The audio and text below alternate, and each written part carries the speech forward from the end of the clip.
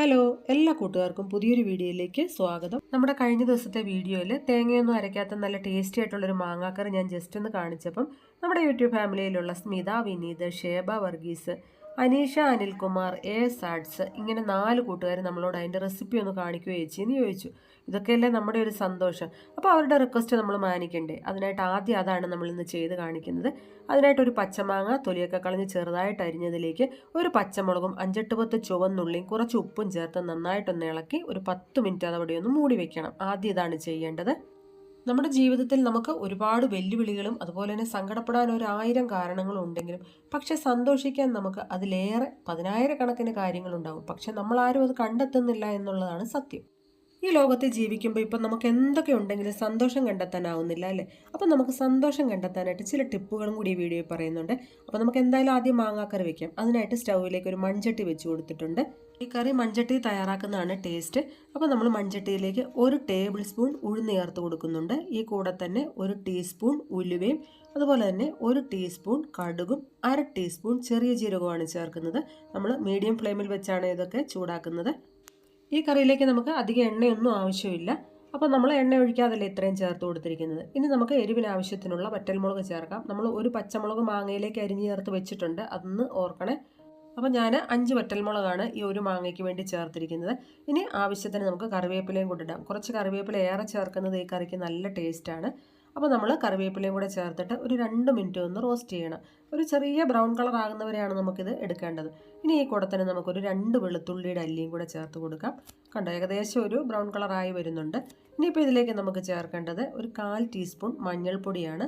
പിന്നെ 1 ടീസ്പൂൺ കാശ്മീരി മുളക് പൊടി. അത് നല്ലൊരു കളറിന് വേണ്ടിയാണ്, അത് നിർബന്ധമില്ല, ഇച്ചിരി കളറായിക്കോട്ടെ എന്ന് കരുതിയാണ്. അപ്പോൾ ഇത്രയും കൂടെ ചേർത്തിട്ട് 1 മിനിറ്റ് കൂടെ ഒന്ന് നമ്മളൊന്ന് റോസ്റ്റ് ചെയ്തതിന് ശേഷം ഇത് ഫ്ലെയിം ഓഫ് ചെയ്യുകയാണ്. ഈ കറിയുടെ ഒരു ഗുണമെന്ന് പറഞ്ഞാൽ തേങ്ങയൊക്കെ കിട്ടാത്തവർക്കൊക്കെ വളരെ എളുപ്പത്തിൽ റെഡിയാക്കാൻ പറ്റുന്നൊരു കറിയാണ്. പിന്നെ തേങ്ങ ചിരണ്ടാനൊക്കെ ബുദ്ധിമുട്ടുള്ളവർക്കൊക്കെ റെഡിയാക്കാൻ പറ്റും. അതുപോലെ തന്നെ ഈ കറി തയ്യാറാക്കി വെച്ചാൽ നമുക്ക് ഒരു 3-4 ദിവസമൊക്കെ ഇത് ഉപയോഗിക്കാനും പറ്റും. അത്യാവശ്യം വലിയൊരു മാങ്ങയ്ക്ക് നമ്മൾ ഈ എടുത്ത ചേരുവകളൊക്കെ ഇതേ അളവിൽ തന്നെ ചേർക്കണം കേട്ടോ, എന്നാലാണ് കറിക്ക് നല്ല ടേസ്റ്റ് കിട്ടുള്ളൂ. ഇനിയിപ്പോൾ നന്നായിട്ട് തണുത്തിട്ട് നമുക്ക് മിക്സി ജാറിലേക്ക് ഇട്ടിട്ട് ഒരല്പം വെള്ളം ചേർത്തിട്ട് നല്ല ഫൈനായിട്ടൊന്ന് അരച്ചെടുത്തുകൊണ്ട് വരാം. ഈ അരപ്പ് കണ്ടാൽ നമ്മൾ തേങ്ങയൊന്നും ചേർക്കാത്തതെന്ന് കണ്ടാൽ പറയുകയില്ല, അത്രയ്ക്കും നല്ല തിക്കായിട്ടുള്ള ഗ്രേവിയാണ് കിട്ടിയിരിക്കുന്നത്. ഇനി നമുക്ക് നേരത്തെ റെഡിയാക്കിയ മൺചട്ടിയില്ലേ, അത് തന്നെ ഒന്ന് തുടച്ചതിന് ശേഷം സ്റ്റൗവിലേക്ക് വെച്ച് കൊടുത്തിട്ട് 1 ടേബിൾ സ്പൂണോളം മാത്രം മതി വെളിച്ചെണ്ണ ചേർത്ത് കൊടുക്കാം. കുറച്ച് കറിവേപ്പിലയും അതുപോലെ തന്നെ കടുകും ചേർത്ത് ഒന്ന് പൊട്ടിക്കാം. ശേഷം നമ്മൾ നേരത്തെ മാറ്റി വെച്ചിരിക്കുന്ന മാങ്ങയും ചുവന്നുള്ളിയും പച്ചമുളകും കൂടുള്ള ഒരു മിക്സിൽ ഉപ്പും ചേർത്തത് അതിട്ട് കൊടുക്കാം. ഇനി ഇത് 1 മിനിറ്റ് ഒന്ന് ഇളക്കി കൊടുത്തതിന് ശേഷം നമ്മൾ അരച്ചു കൊണ്ടുവന്നിരിക്കുന്ന ആ മിക്സ് ചേർത്ത് കൊടുക്കാം. അപ്പോൾ മിക്സി ജാറിലുള്ളത് ഫുള്ള് നമ്മൾ അടപ്പിലും ഒക്കെ ഉള്ളത് ഫുള്ളായിട്ട് ചേർത്ത് കൊടുത്തിട്ട് കുറച്ച് വെള്ളം കൂടെ ചേർത്ത് ഇതിലേക്ക് ആക്കി കൊടുക്കുക. അപ്പോൾ കംപ്ലീറ്റ് ആയിട്ട് ആ ജാറിലൊക്കെ ഉള്ളത് ഇങ്ങ് പോകുന്നുള്ളൂ. അപ്പോൾ അതിനുവേണ്ടി കുറച്ച് വെള്ളം കൂടെ ചേർത്ത് നന്നായിട്ടൊന്ന് ഇതിലേക്ക് ഒഴിച്ച് മിക്സ് ചെയ്തെടുക്കുക. അപ്പോൾ നമുക്കിത് കുറച്ച് ചാറും കൂടെ കിട്ടും. അതിനുവേണ്ടിയാണ് നമ്മൾ നേരത്തെ മാങ്ങ അരിഞ്ഞ് വെച്ചതിൽ ഉപ്പ് ചേർത്താണ് വെച്ചിരുന്നത്. എങ്കിലും നമ്മൾ വെള്ളമൊക്കെ മിക്സി ജാർ കഴുകി ഒഴിച്ചൊക്കെ വന്നപ്പം ചാറ് കൂടുതൽ വന്നില്ലേ, അപ്പം ഉപ്പ് കുറവാണ്. അതുകൊണ്ട് കുറച്ച് ഉപ്പ് കലക്കിയ നീരും കൂടെ ഞാൻ ഒഴിച്ചു കൊടുക്കുന്നുണ്ട്. ഇനിയിപ്പോൾ ഇത് നന്നായിട്ടൊന്ന് തിളയ്ക്കണം. അപ്പോൾ ഇത് നന്നായിട്ട് തിളയ്ക്കുന്നവരെ നമുക്കൊന്ന് വെയിറ്റ് ചെയ്യാം. പിന്നെ ഇന്ന് നമുക്ക് കറി എന്ന് പറയുന്നത് ഈ പൊളിക്കുന്ന പയറുണ്ട്, അത് കുറച്ചിരിപ്പുണ്ട്. അതാണ് ഇന്ന് നമ്മൾ മെഴുക്കുവരട്ടി വെക്കുന്നത്. എല്ലാ നാട്ടിലേക്കും ഉണ്ടോ എന്നറിയില്ല. പൊളിക്കുന്ന പയർ, പൊളിയൽ പയർ എന്നാണ് അതിന് പറയുന്നത്. നല്ല ടേസ്റ്റാണ്. അപ്പോൾ അതും ഇന്ന് റെഡിയാക്കണം. പിന്നെ നല്ലൊരു അടിപൊളി മുളക് ചമ്മന്തിയും കൂടാണ് ഇന്ന് ഉണ്ടാക്കുന്നത്. പ്രത്യേകിച്ച് നോമ്പാണ്. ഇനി 25-ാം തീയതി ആയാലേ നോമ്പ് കഴിയത്തുള്ളൂ. അത് ഞാൻ കഴിഞ്ഞ ദിവസം പറഞ്ഞാണ്. അപ്പോൾ അതേ നമ്മുടെ മാങ്ങാക്കറി നന്നായിട്ട് തിളച്ച്, ഇത് തിളച്ച് വരുന്തോറും ഇത് ചാറിച്ചിരി കുറുകി വരാൻ ചാൻസ് ഉണ്ട്. അതുകൊണ്ട് നന്നായിട്ട് തിളച്ച് ഒന്ന് വറ്റി വരട്ടെ. അപ്പോൾ മാങ്ങാ കഷ്ണങ്ങളൊക്കെ നന്നായിട്ട് വേകുകയും ചെയ്യും. പിന്നെ ഈ കറിക്ക് ഉള്ളി തന്നെ ചേർക്കണം കേട്ടോ, സവോള ചേർക്കരുത് ഒരിക്കലും. ചുവന്നുള്ളി തന്നെയാണ് ടേസ്റ്റ്. അപ്പോൾ അതേ മാങ്ങാക്കറി നന്നായിട്ട് തിളച്ച് ചാറൊക്കെ അല്പം വറ്റി വന്ന് മാങ്ങയൊക്കെ വെന്തിട്ടുണ്ട്. ഇനി നമുക്ക് ഫ്ലെയിം ഓഫ് ചെയ്തിട്ട് ഇത് മാറ്റി വയ്ക്കാം. അപ്പോൾ ഇത്രയേ ഉള്ളൂ. വളരെ എളുപ്പത്തിൽ നല്ല ടേസ്റ്റി ആയിട്ട് തയ്യാറാക്കാൻ പറ്റിയിട്ടുള്ള അടിപൊളി മാങ്ങാക്കറിയാണ്. ചൂട് ചോറിനൊക്കെ നല്ല കിടിലൻ കോമ്പിനേഷനാണ്. അപ്പോൾ തീർച്ചയായിട്ടും ട്രൈ ചെയ്ത് നോക്കുക. ഇന്നത്തെ ഈ കാലത്ത് നമുക്ക് എന്തൊക്കെ ഉണ്ടായിട്ട് സന്തോഷിക്കാൻ പറ്റാത്തതിൻ്റെ പ്രധാന കാരണമെന്ന് പറയുന്നത് നമ്മുടെ ചിന്തകളും കാഴ്ചപ്പാടുകളും ഒക്കെ തന്നെയാണ്. ഒന്നാമതായിട്ട് നമ്മളൊരു കാര്യം മനസ്സിലാക്കണം, ആർക്കും ആരെയും സന്തോഷിപ്പിക്കാൻ കഴിയത്തില്ല. നമുക്കൊരു താൽക്കാലിക സന്തോഷം തരാനേ എല്ലാവർക്കും കഴിയത്തുള്ളൂ. നമ്മുടെ സന്തോഷം നമ്മൾ തന്നെ കണ്ടെത്തണം. നമ്മൾ ചില ശീലങ്ങൾ ഒഴിവാക്കുകയാണെങ്കിൽ നമുക്ക് സന്തോഷിക്കാനായിട്ട് പറ്റും.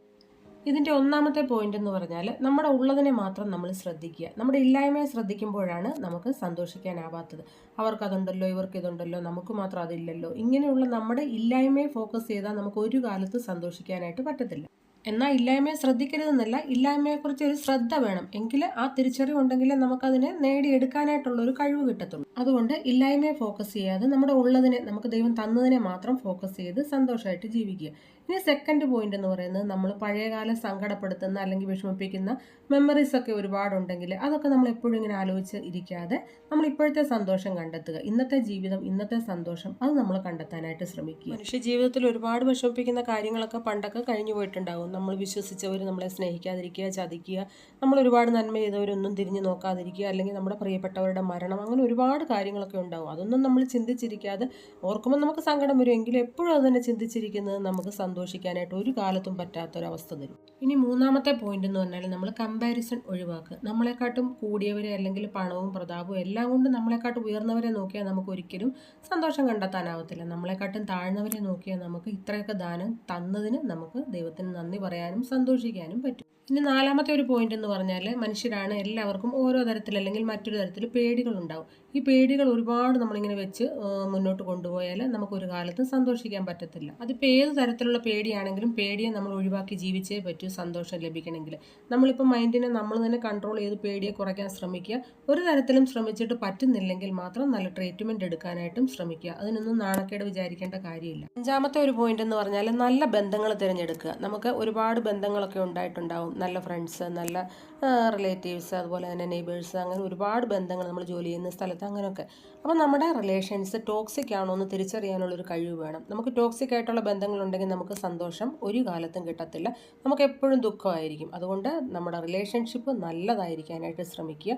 അപ്പോൾ തന്നെ നല്ല റിലേഷൻഷിപ്പ് കിട്ടുമ്പോൾ നമുക്ക് നല്ല സ്ട്രോങ് ആയിട്ടുള്ള ബന്ധങ്ങളാവുമ്പോൾ, നമ്മളെ നെഗറ്റീവിലേക്ക് തിരിക്കാത്ത ആ ഒരു തരത്തിലുള്ള ബന്ധങ്ങളാവുമ്പോൾ നമുക്ക് സന്തോഷം കിട്ടും. ഇനി ആറാമത്തെ പോയിന്റ് എന്ന് പറഞ്ഞാൽ നമ്മൾ മൾട്ടി ടാസ്കിങ് ഒഴിവാക്കുക എന്നുള്ളത് തന്നെയാണ്. നമ്മൾ ഒരേ സമയത്ത് പല കാര്യങ്ങൾ ചെയ്തിട്ട് ഒന്നും പെർഫെക്റ്റ് ആകാതെ വരുമ്പോൾ നമുക്ക് സന്തോഷിക്കാൻ പറ്റത്തില്ല. അതേസമയം നമ്മൾ ഒരു കാര്യത്തിൽ മാത്രം കോൺസെൻട്രേറ്റ് ചെയ്ത് അത് നല്ല പെർഫെക്റ്റ് ആകുമ്പോഴത്തേക്ക്, അതിപ്പോൾ ജോലിയാകാം, ബിസിനസ് ആകാം, എന്തും ആയിക്കോട്ടെ, വീട്ടിലെ കാര്യങ്ങളാകാം, എന്തും ആയിക്കോട്ടെ, ആ ഒരു കാര്യത്തിൽ മാത്രം കോൺസെൻട്രേറ്റ് ചെയ്ത് അത് നല്ല പെർഫെക്റ്റ് ആകുമ്പോൾ നമുക്ക് കിട്ടുന്ന സന്തോഷം ഒന്ന് വേറെ തന്നെയാണ്. ഇനി ഏഴാമത്തെ പോയിന്റ് എന്ന് പറഞ്ഞാൽ, നമ്മൾ ഒരുപാട് സ്നേഹിച്ചവർ അല്ലെങ്കിൽ നമ്മൾ ഒരുപാട് നന്മകളൊക്കെ ചെയ്തിട്ടുള്ളവർ നമ്മളെ ഒരുപാട് ചിലപ്പോൾ വേദനിപ്പിച്ചിട്ടുണ്ടാകും. അതിപ്പോൾ ഒരു വാക്കുകൊണ്ടാകാം അല്ലെങ്കിൽ പ്രവൃത്തി കൊണ്ടാകാം, എങ്ങനെ ആയിക്കോട്ടെ, നമുക്ക് വേദനകൾ മാത്രം തന്നിട്ടുള്ളവരാകാം.